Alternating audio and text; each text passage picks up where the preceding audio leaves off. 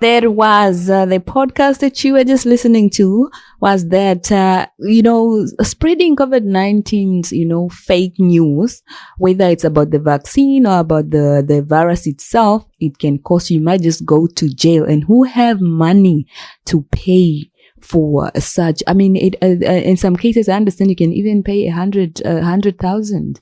Do you have money for that? No, we don't have money for that, because that's why I'm saying that you need to substantiate your assertions before you put it out there. Now, just in a few minutes or so, we are going to be, I'm going to be talking to Mr. Frederico Links just to tell us more of what is exactly was he saying. And of course, if you want to contribute to this, you can always call in. The number is 063 237 111. That is the number that you need to contact if you want to be part of this conversation.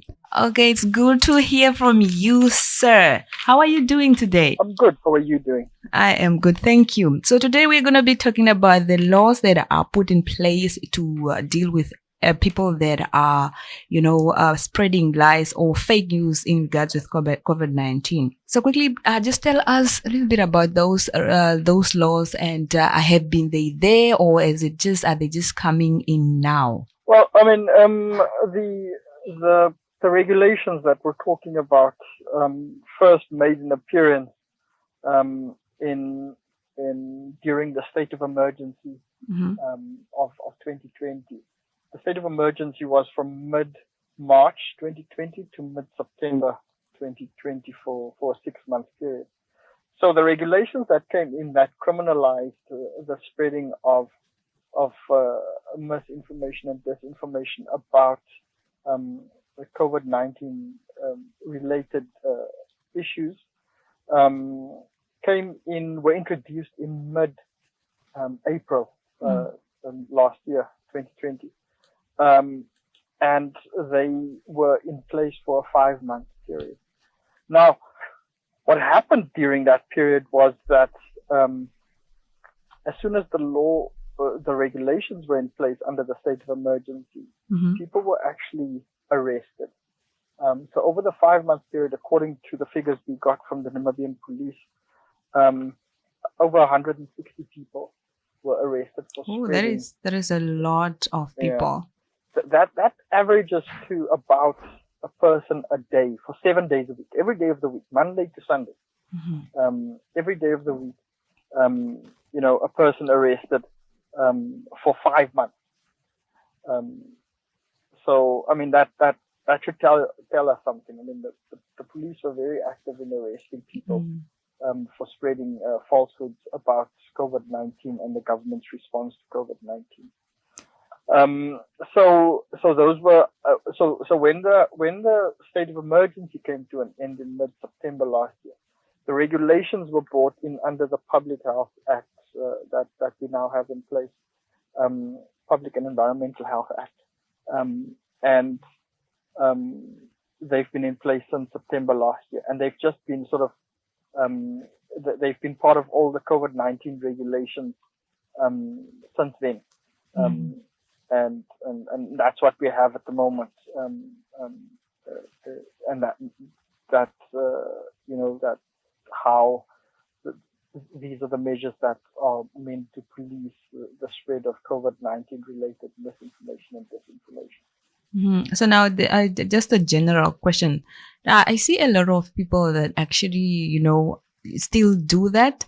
Now, if the police have to arrest everyone that shares those, are we going to have enough, space in prison to, keep them? Because I don't think we have that kind of money to, to bail ourselves out. Because I understand when I read your article, I think it goes up to 100,000, which is a lot of money.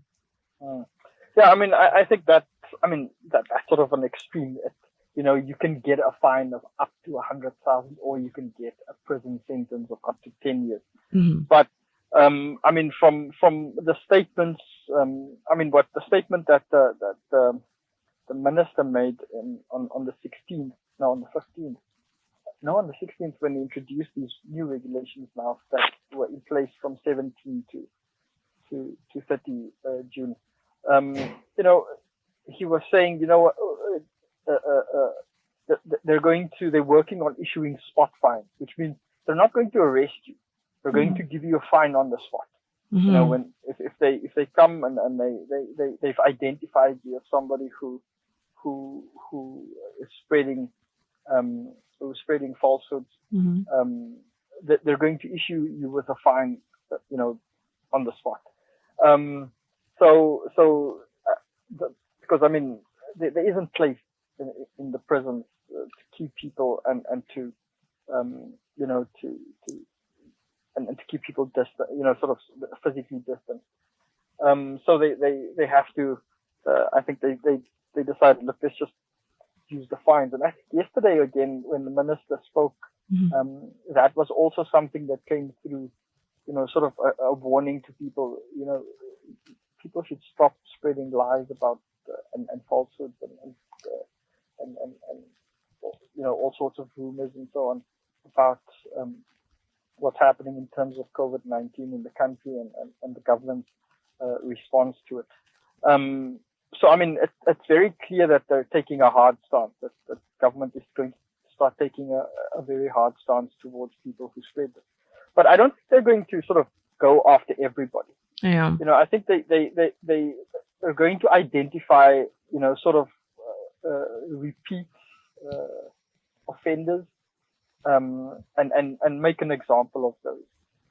Because you certainly can't go after. Where would you? Exactly. It's just about 50% of the population at the moment is sort of engaged in forwarding and sharing falsehoods and rumors and all sorts of hoax cures and treatments and things. So it's a tricky situation. But I would think that going after sort of the more prominent and persistent offenders would be the way to go, and make an example of them. Demonstrate, look, we're serious with this. We're serious about enforcing the law and the regulations, and we're going to come after anybody who persists in spreading this sort of information. So I think that would be the way they go about this. And I understand actually that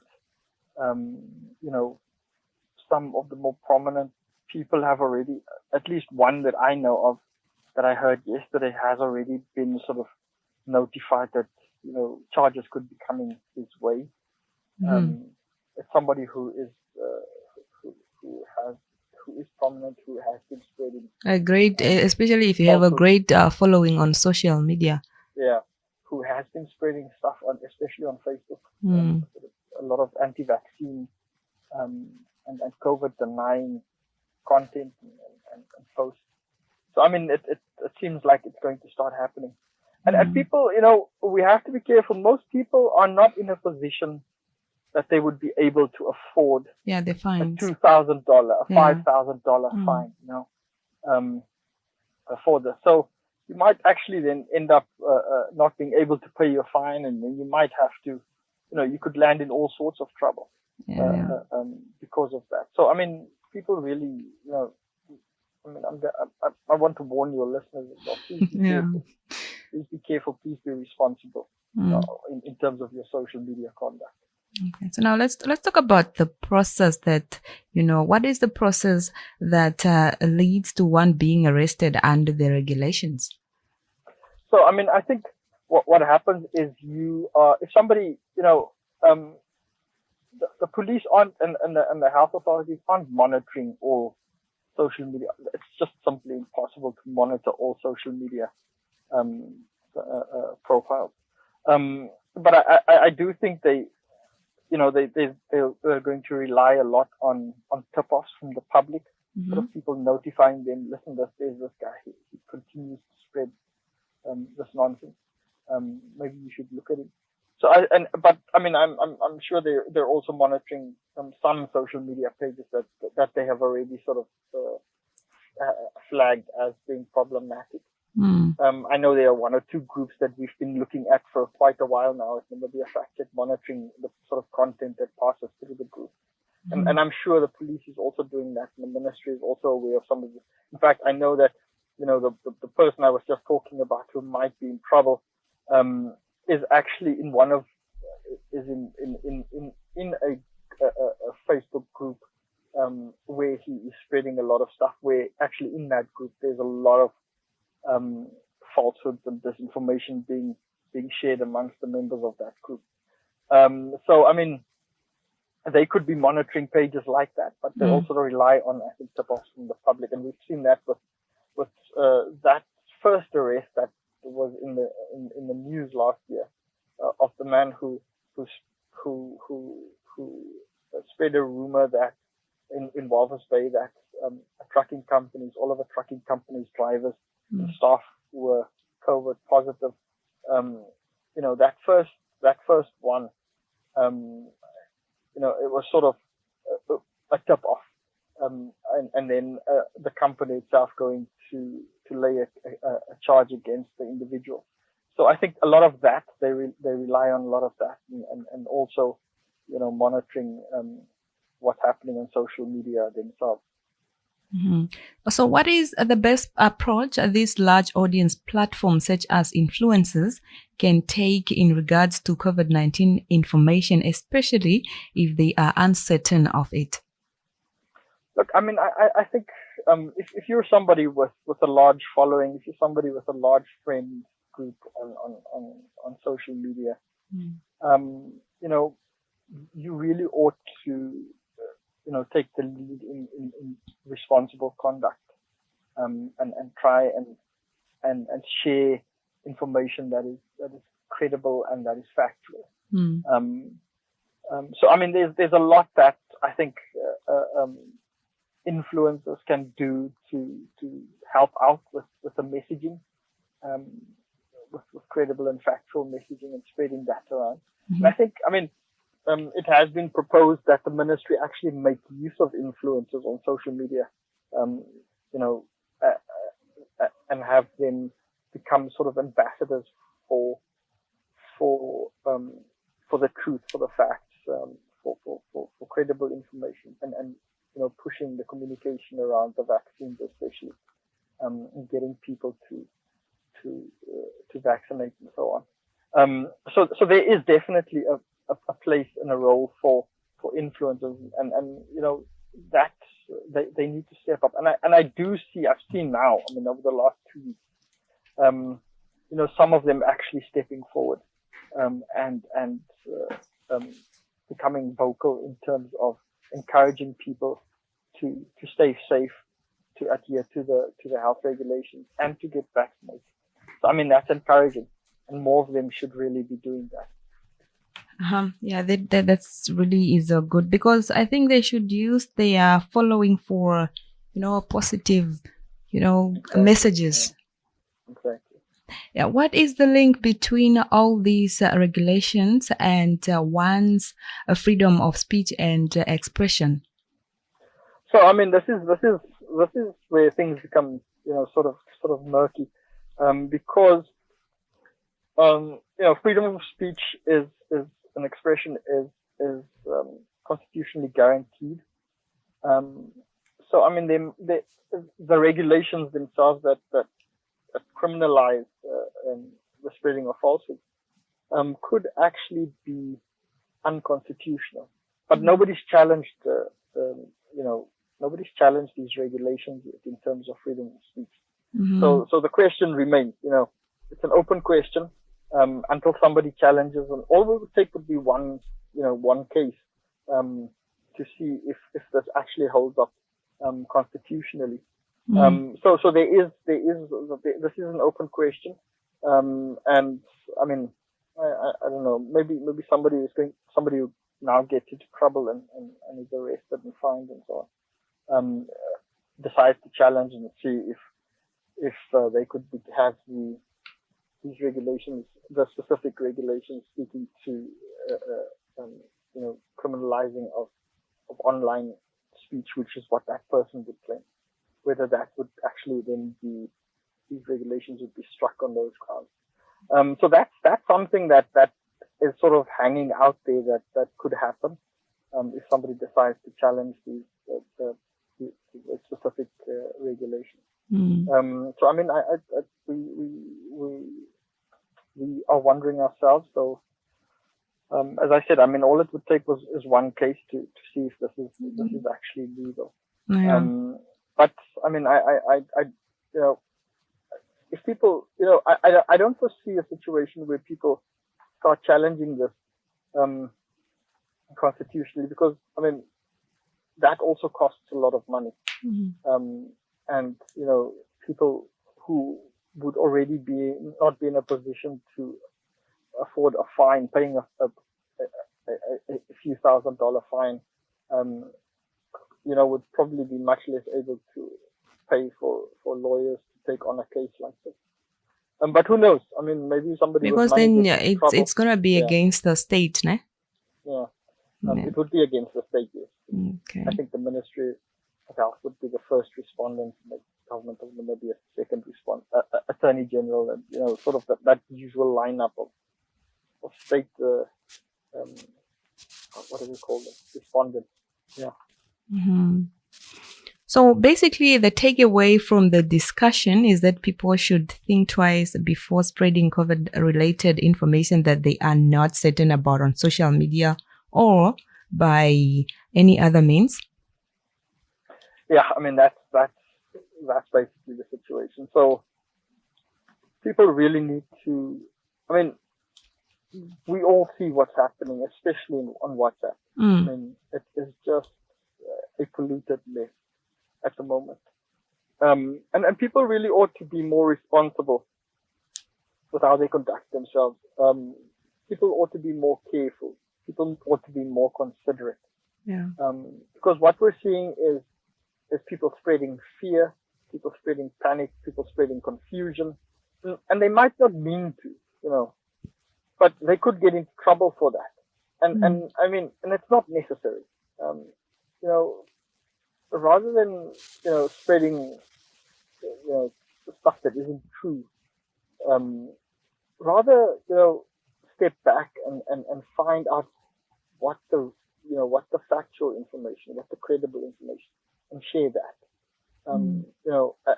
I mean, what we said about the influencers, taking the lead in sharing and forwarding factual, credible information amongst your friends and family and your associates, rather than forwarding and sharing lies and scams and the like. So I mean, what's happening really is not productive. It's not helpful, and people really ought to be more considerate and careful and responsible.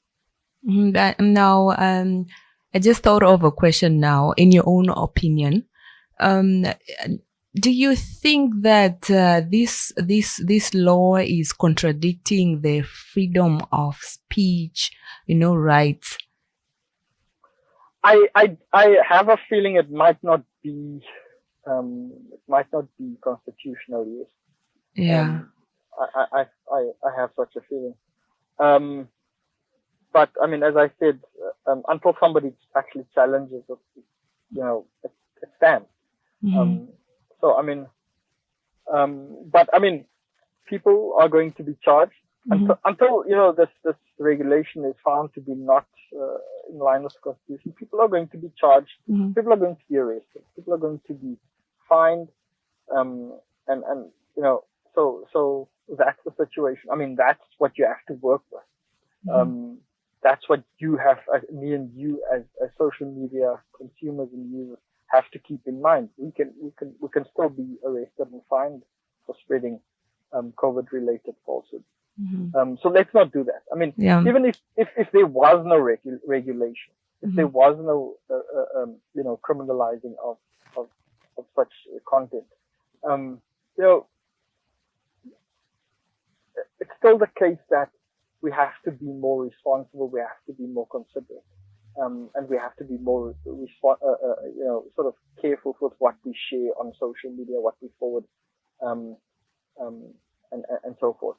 So, rather take the view that this is the right thing to do. It's not because the law says Yeah. I shouldn't be doing this. It's the right thing to do, to be considerate about what you share with and forward to your friends and family and associates. You don't want to be the one who's spamming people with lies. Because the thing is, if you don't believe in the vaccine, then it's fine. But don't spread those fake news, or those that misinformation that are not even, you don't even know if it's true or not, to other people. Let people make their own decisions. If you've decided you're not going to get vaccinated because you think have certain ideas about the vaccines and so on, that's your issue. Yeah. Don't go and find all sorts of lies and falsehoods and other trying nonsense to implant them in other people's to try and minds. get other people, to try and discourage other people. I mean, that's what. I mean, if I don't know if you saw that video clip that went viral of Michael Amoshilelo, the one that I referred to in the. Yes. Yeah. Did you see it? Yeah, I have seen it. Yeah. I mean, and he's straight out discouraging people from going to get vaccinated. He straight out says, he starts off saying that he has been in talks with people with the health workers at Kantua State Hospital, and they are saying, the people who are getting vaccinated are busy dying and so on. I mean, he's clearly fear mongering. He's spreading fear. He's discouraging people with a lie. I mean, because it's not true. There aren't droves of vaccinated people dying. I haven't died. I'm fully vaccinated. I'm still alive. My wife is still alive. My mother-in-law, my father-in-law, my sister-in-law, everybody's still alive. Nobody died. Yeah. So where are all these people vaccinated people who died? So clearly there's a lie there, so that's the sort of thing. It's about spreading fear. It's about spreading confusion. It's about discouraging people, because that's what that video of his was meant to do. He stated straight out he wants to discourage people from getting vaccinated. So I mean that, and that's somebody with a following. That's somebody with a large sort of network of people that they're following and looking, and some are even looking up to him. Exactly. So I mean that is really, when you look at something like that, that is really the sort of when I say let's be responsible, let's act responsibly, let's conduct ourselves with consideration. That's exactly the sort of thing when you look at something like that. That's somebody who is abusing the social his media position standing, I would say. Exactly. He's abusing his position, Yeah. So I mean, that's the sort of thing people should not be out there doing, discouraging other people. Keep it to yourself if you don't believe the vaccine. Because they said, nobody is being forced to take it, Exactly. You take it, voluntarily. It's, but I mean, people are encouraged to go to vaccinate because, we want to get out of this situation. Yeah. We don't want, because if people don't get vaccinated, we'll be in wave after wave, continuously. But if people get vaccinated, we hit herd immunity at some point, because then the virus can't, isn't making us sick and isn't killing us anymore. Then we can get some sort of life back and start rebuilding, in the country. But if people don't get vaccinated, we're always going to be in a situation where we're continuously having to work around waves and having restrictions and things like that. So, and having lockdowns as well. Exactly. And we don't want that. I mean, we want everything to go back to normal. Yeah. So, I mean, let's rather encourage people to get vaccinated so we can go back to life. So I mean that's what it's about. Yeah, Mr. Frederico, any last words at all you want to share with our listeners? I just would, just to once again emphasize that please let's conduct ourselves on social media responsibly. Let's conduct ourselves with consideration for others. Let's um, let's conduct ourselves with care. That and rather be people who shares credible and factual information. Um, and not be the people who forward and share lies and scams to those around us. That's what I would encourage people to do. Okay. It was nice talking to you, sir. Thank you so much for your time. It's always a pleasure, and I look forward to being on your show again. That was Mr. Frederico Links. And he was simply just telling us that, spreading those fake news might cost you, might go to prison. So now if you want to avoid, going to prison, please keep it to yourself. You might get arrested. That $2,000 that that fine that you might get, whether it's 2,000 or 5,000 or 100, even 100,000. Sure. We don't even have 2,000. Imagine if you have to go to prison and then they give you 10, either you spend, you do time for 10 years or you pay a fine of $100,000. Now, if you don't believe in the vaccine, please do not pursue people and into believing that, it's bad. That is your opinion. It's fine. We are all entitled to our own opinions. So yeah, keep that to yourself. And, until then, let's go for vaccination. If you want to go for vaccination, go for a vaccination. Let other people be.